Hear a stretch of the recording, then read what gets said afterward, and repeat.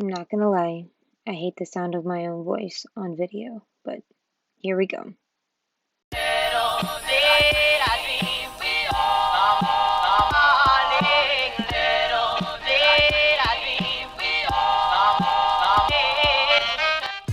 So I'm going to show you how to do all these stitches using my Just Breathe mandala embroidery kit. I'm going to start from the outside and work my way in. The first stitch I'm doing here is the split stitch. As you can see, I just go up through the fabric and then down the fabric, through the fabric, one stitch length away.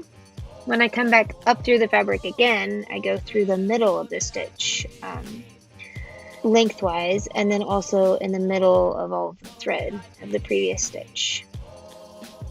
I have a hard time with this stitch because I'm a perfectionist and I want to make sure that I get the same number of threads on either side of the next stitch. This stitch isn't too terribly complicated. I will try and do a close-up of each stitch so you can see more detail, and I'll speed up the video throughout as well.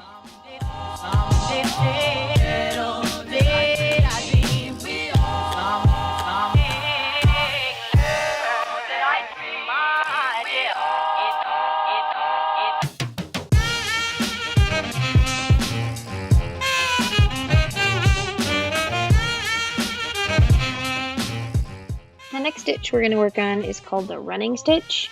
It's here in pink. I already started some of it, but as you can see, it's probably the most basic and easiest stitch in the entire guide.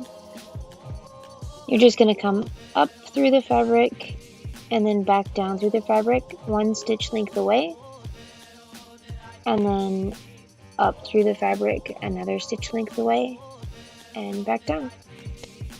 Pretty easy.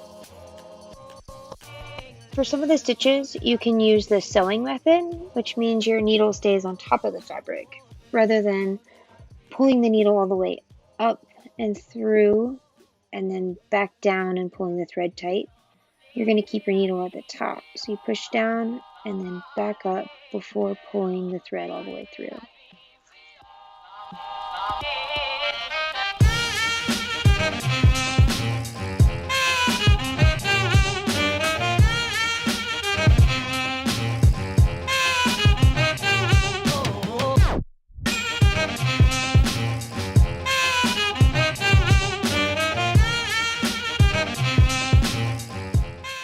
Sometimes I'll even use both hands, pulling up with one hand, pulling down with the other.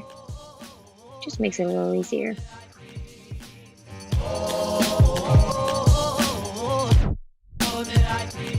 We're going to move on to the next stitch. Here I'm just kind of showing you how I thread my needle. Sometimes I'll wet it with my tongue a little, which sounds gross, but it works. And always make sure you knot the other end of your thread so it doesn't pull through your fabric.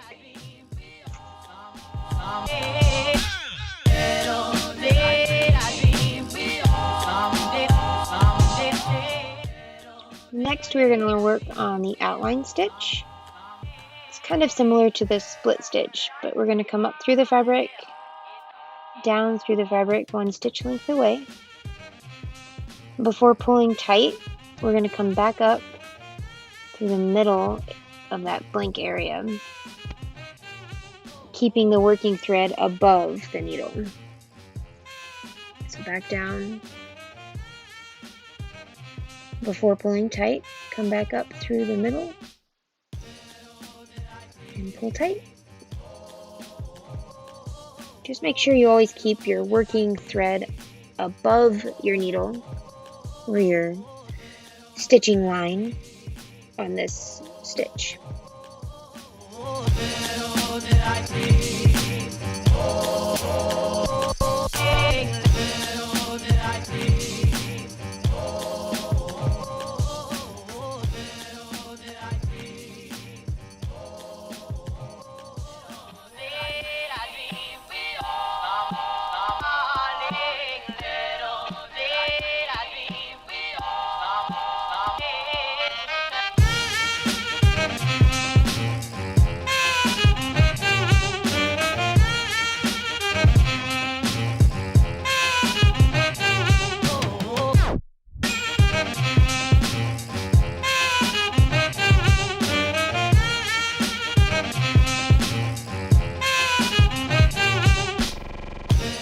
You can also use the sewing method on this stitch, going down and back up with your needle before pulling tight. Again, just make sure that working thread stays above your stitching line.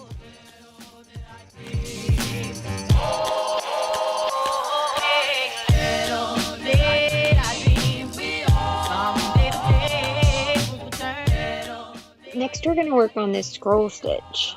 This isn't a stitch I use often, but I included it here because I thought it looked really cool.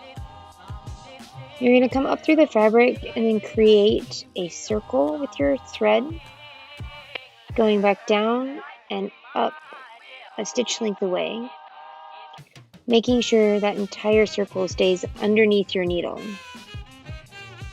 and then pull tight.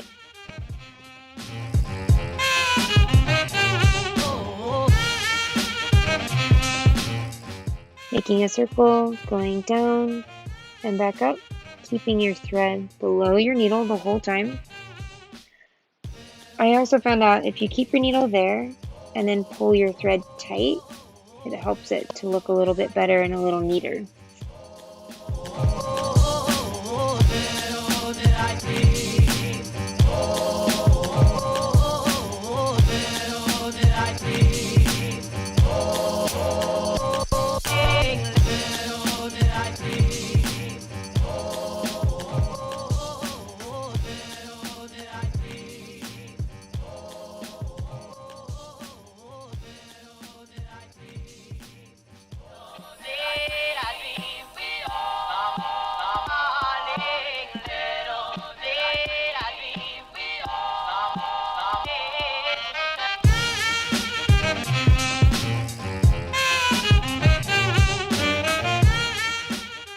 Next, we are going to work on this stem stitch. It is basically the exact same thing as the outline stitch, only this time we're going to keep our working thread below the needle or below the stitching line. So you come up through the fabric, back down through the fabric, one stitch length away, and before pulling tight, come back up through the middle of that stitch, keeping that thread below your stitch line. Easy peasy. You can also come back up through where you went down on the first stitch rather than the middle of the blank area. I think that's what most people do, so it depends on what I'm working on, whether or not I come back up through the same spot I went down on the previous stitch or not.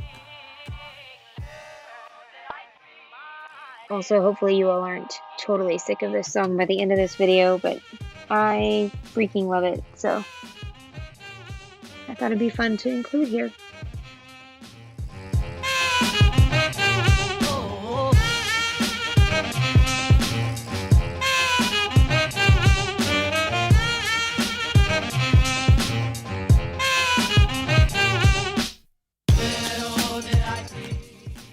As you can see, this is another one of those stitches that you can use the sewing method, keeping your needle above the fabric, and going down and then back up before pulling tight.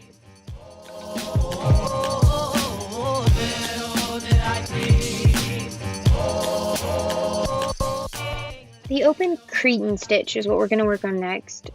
This is another one that I don't use often, but I thought it was really neat looking, so I thought I'd include it here. It's a little bit complicated, so we're going to pretend that we have 4 imaginary lines. I'm going down on the first line and then coming back up directly below that on what would be the second imaginary line. I'm going to keep my working thread underneath my needle and then pull tight. And that kind of hooks that working thread so it pulls it over. Now about a stitch length away, I'm going to go down through the fabric on the 4th imaginary line and then up through the fabric on the 3rd imaginary line. And again, that thread hooks the previous stitch and pulls it over. So down on the first line, and then up on the second line.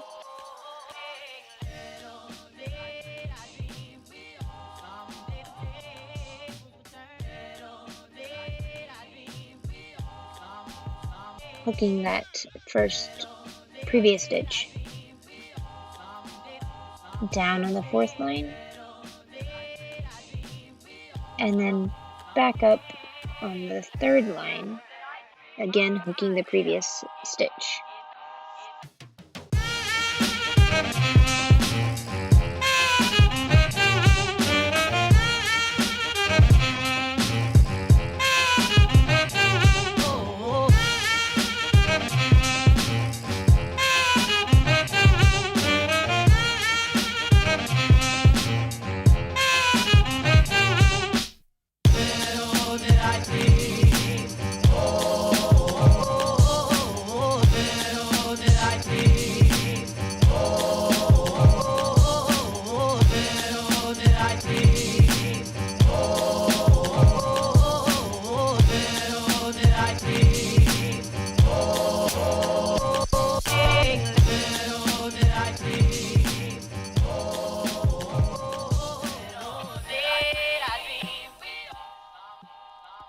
So next up we are going to have the coral stitch.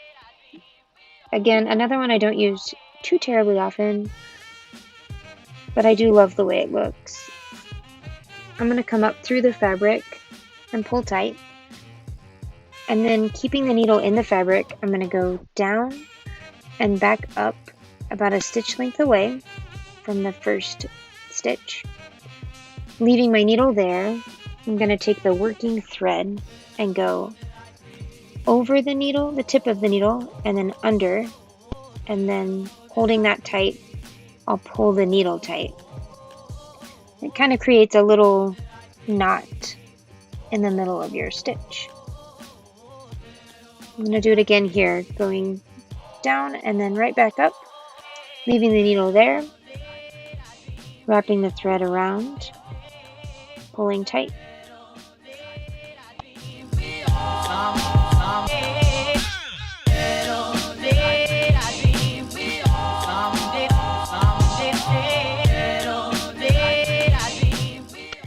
Here's that stitch one more time in a close-up. So a stitch length away, I'm going to go down and back up through the fabric, leaving my needle there, taking my working thread, going over and then back under the tip of the needle, holding it tight and pulling the needle through.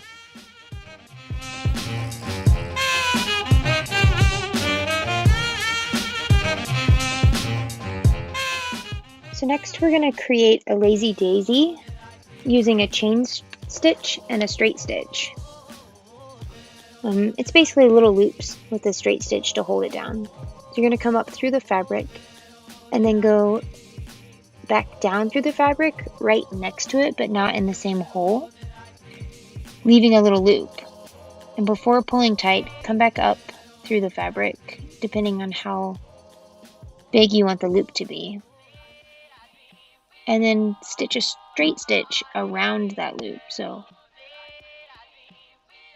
going back down the fabric here, I'm going to keep a loop, come back up,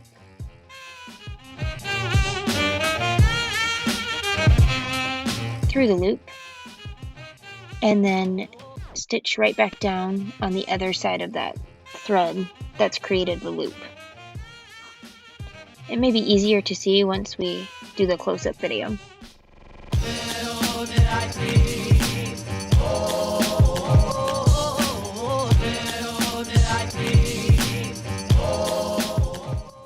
So let's go back over that again. We're going to come up through the fabric, create a small loop, go back down through the fabric, right next to it, and I'm going to use a sewing method here. So I'm going to bring my needle back up and then wrap that working thread around the needle tip, pull tight, and then create that straight stitch.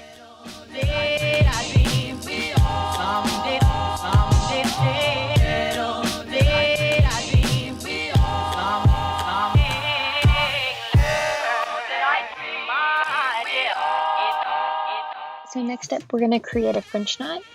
We're going to bring our needle up through the fabric, and then holding the needle close to the fabric, wrap the working thread around the tip of the needle 1 to 3 times, and then hold the working thread tight and bring the needle back down through the fabric, close to but not in the exact spot we came up.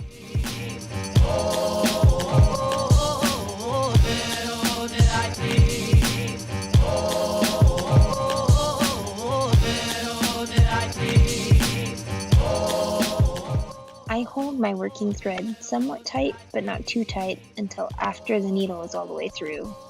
Otherwise, it can be hard to get the needle through the knot.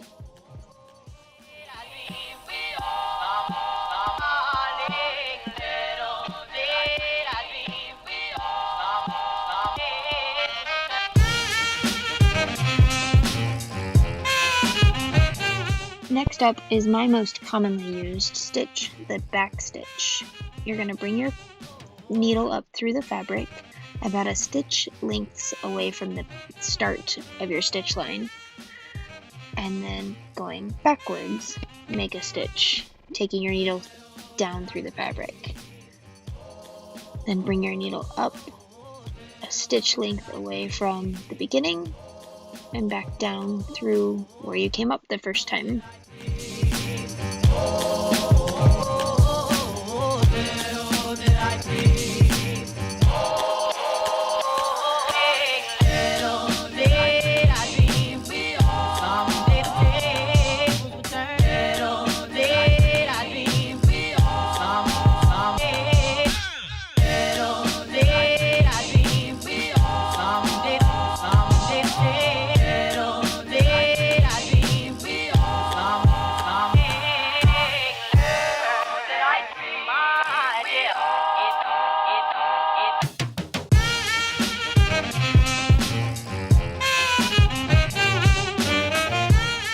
So for this next stitch, I'm going to separate my embroidery floss. I've been using all 6 strands before in all the other stitches, but for this one I'm just going to use 3.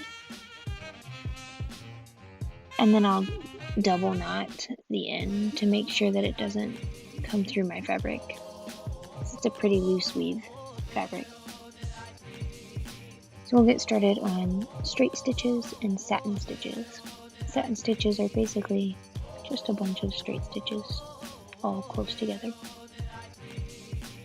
So I'm just going to fill in all the letters on my piece using these 2 stitches.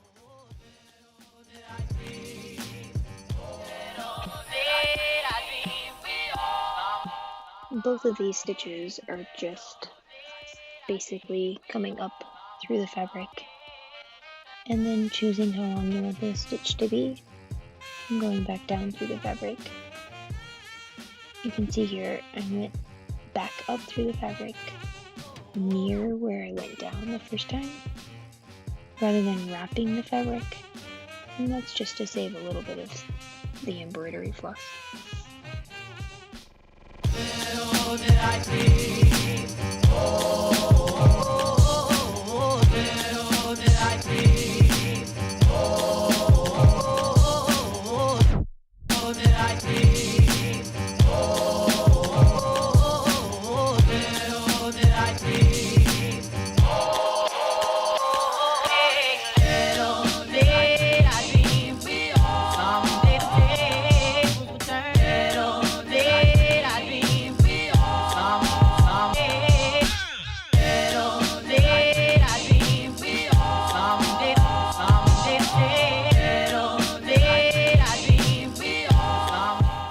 That's going to be the end of this video tutorial. Stay tuned and I will do some more tutorials for my stick and stitch packs.